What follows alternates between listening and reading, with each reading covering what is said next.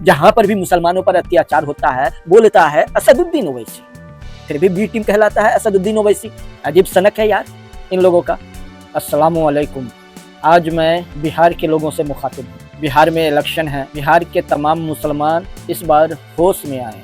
ये इलेक्शन बहुत ही निर्णायक मोड़ ले सकता है। इस बार आप लोगों को खूब अच्छी तरह से वोट करना होगा।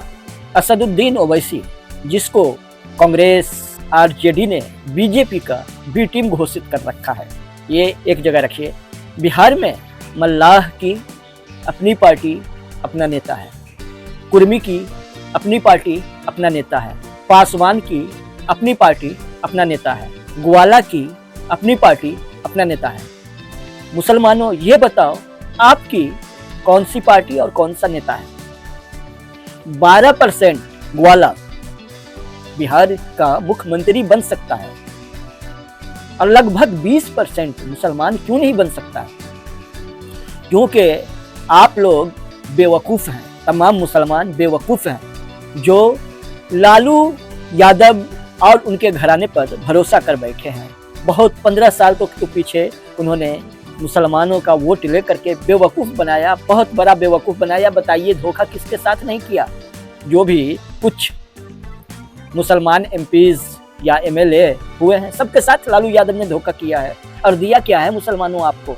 बताओ ना। ये तेजस्वी यादव वो मुख्यमंत्री बन सकता है और मुसलमानों इतनी सलाहियत नहीं है कि आपकी कोई पार्टी हो, आपका कोई नेता हो। कहाँ खोए हुए हैं आप लोग? किस भ्रम में हैं?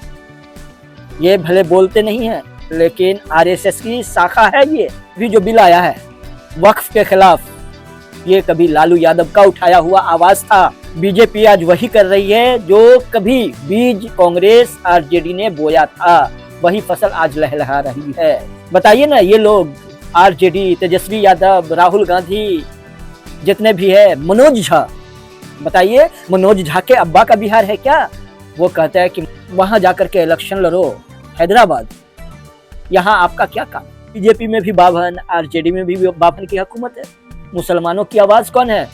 जबकि संसद में चिल्लाता है असदुद्दीन ओवैसी, बिल फाड़ता है असदुद्दीन ओवैसी, जहां पर भी आवाज उठाने का वक्त आता है वहां पर आवाज उठाता है असदुद्दीन ओवैसी। जी हाँ, और उसी को तमाम मुसलमान नकार रहे हो। क्यों तुम्हारा नेता नहीं हो सकता है क्या असदुद्दीन ओवैसी? सिर्फ हैदराबाद के ही मुसलमानों का वो नेता है क्या? उसी की आवाज बनता है, गालियां खाता है असदुद्दीन ओवैसी मुसलमानों, तमाम भारत के मुसलमानों के लिए। बिहार के मुसलमानों होश में आ जाओ। अगर अभी नहीं पहचाने, 19% लगभग मुसलमान हो वहां और लगभग 42 से 43 आपके होने चाहिए एमएलए। क्या तेजस्वी यादव उतने एमएलए को देगा टिकट? मुसलमानों को नहीं देगा। बताओ ना, जब नीतीश कुमार के साथ बिहार में सरकार बना था और तेजस्वी यादव उप मुख्यमंत्री हुआ था, क्यों डॉक्टर अब्दुल बारी सिद्दीकी नहीं थे क्या? उससे भी बड़ा नेता था क्या तेजस्वी यादव? क्यों नहीं बनाया गया डॉक्टर अब्दुल बारी सिद्दीकी को? क्यों नहीं बनाया गया उप मुख्यमंत्री? लेकिन नहीं बनाएगा। मुसलमानों का सिर्फ वोट चाहिए इनको, यह आवाज बनेगा। ये 12% ग्वाला यादव हुकूमत करेगा और मुसलमान जो 19% है उनको वोट देगा, वो कुछ भी नहीं रहेगा। आखिरकार बी टीम कहते रहे, न्योता तो दिया। असदुद्दीन साहब ने तो कहा कि भाई हमको जगह दो, साथ में रखो। क्यों नहीं रखा? सब तो कहता कि मुसलमानों को लड़ने की, पार्टी में रहने की, आने की कोई जरूरत नहीं है, सिर्फ मुसलमानों के वोट की जरूरत है सबको। क्या मुसलमानों की आवाज है असदुद्दीन ओवैसी। जहां पर भी मुसलमानों पर अत्याचार होता है बोलता है असदुद्दीन ओवैसी, फिर भी बी टीम कहलाता है असदुद्दीन ओवैसी। अजीब सनक है यार इन लोगों का। मुसलमान चूतिए हो क्या तुम लोग? क्यों दोगे आरजेडी को वोट? क्यों दोगे कांग्रेस को वोट? बाबरी मस्जिद का ताला भी तो कांग्रेस ने खोला था, राजीव गांधी ने। सारा बीज तो बोया हुआ कांग्रेस का है। क्यों हमारे नेता को साथ में नहीं रखा गया, हटाया गया?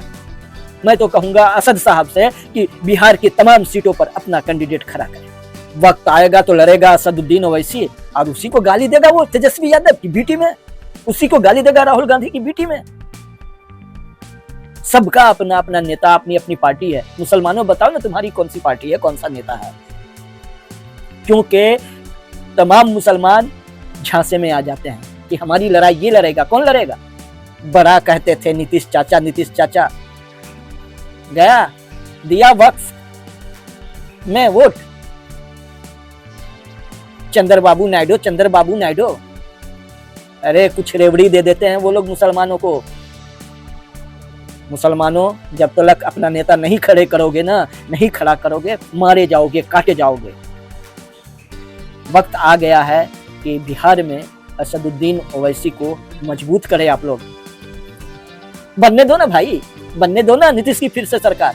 तेजस्वी यादव और वो मनोज झा को भी पता चले असदुद्दीन ओवैसी क्या है, ताकि अगले इलेक्शन में ये लोग असद साहब को दावत दे। इंडिया गठबंधन में शामिल होइए। क्यों नहीं शामिल कर रहा है? क्योंकि ये लोग नहीं चाहता कि मुसलमानों की कोई पार्टी हो, मुसलमानों का कोई नेता हो, बड़ा नेता। मुसलमान हमेशा गाजर मूली बना रहे, ये लोग का मंसूबा है तमाम पार्टी का।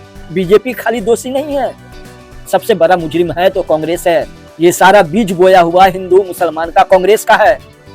क्यों नहीं समझते हो? तारीख पलटो, पढ़ो तारीख। बीजेपी तो फसल काट रहा है यार। जो इन लोगों ने बीज बोया है वो फसल लहलहा करके पका, उसके बाद बीजेपी उसको काट रहा है। क्यों इन लोगों के, लालू यादव के और तेजस्वी यादव के चक्कर में? अगर ये लोग ईमानदार होता तो क्या असद साहब को जगह नहीं देता इंडिया गठबंधन में, महागठबंधन में? क्यों नहीं दिया? क्योंकि मुसलमान मजबूत हो जाएगा। कह रहे वो हैदराबाद जाए। क्यों जाए भाई? बिहार आपके अब्बा का है क्या? मुसलमानों, मजबूत बनो, मजबूत बनो, मजबूत बनो। तेजस्वी यादव तुम्हारा नहीं होने वाला है। वोट लेना है तुम्हारे, सब खा बोलेगा लेकिन काम अगेंस्ट में करेगा। याद रखो, ये जो चाहोगे कि अगर तेजस्वी यादव चीफ मिनिस्टर बना तो गृह मंत्रालय मुसलमान को दे देगा, ये भूल है मुसलमानों, भूल है। असद साहब को मजबूत करो। असद साहब ऐसी आवाज है जिसकी पूरी दुनिया इज्जत करती है। ये तेजस्वी यादव कह दे कि बीटी में मान जाओगे, नहीं, कभी मत मानना। अपना नेता चुनो। पहले 50 साल में आए हमारा नेता, लेकिन लाना वोट उसी को देना, इन लोगों को नहीं। ये लोग तुम्हारे नहीं हैं, हमारे नहीं हैं। बता दो आप लोग इस बार तेजस्वी यादव को, अब मनोज झा को, कि मुसलमानों की ताकत क्या है। पहले बन जाने दो, एक बार फिर से बन जाने दो नीतीश कुमार की सरकार।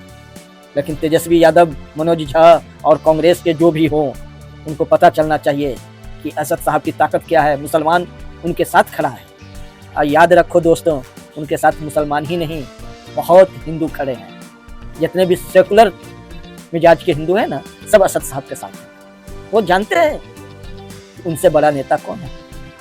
डिबेट करवा लो ना, तेजस्वी यादव को बैठा दो और असद साहब को बैठा दो। है अगर हिम्मत तो तेजस्वी यादव एक भी जवाब दे दे असद साहब का, या मनोज झा।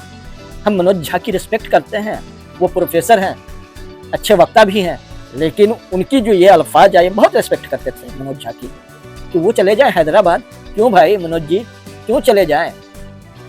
सबको लड़ने का हक है, असद साहब को, मुसलमानों को लड़ने का हक नहीं है।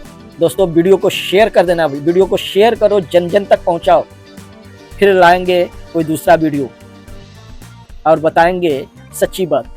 सब जगह मुसलमानों की आवाज बनता है असदुद्दीन ओवैसी, और नेता कहलाता है तेजस्वी यादव मुसलमानों का।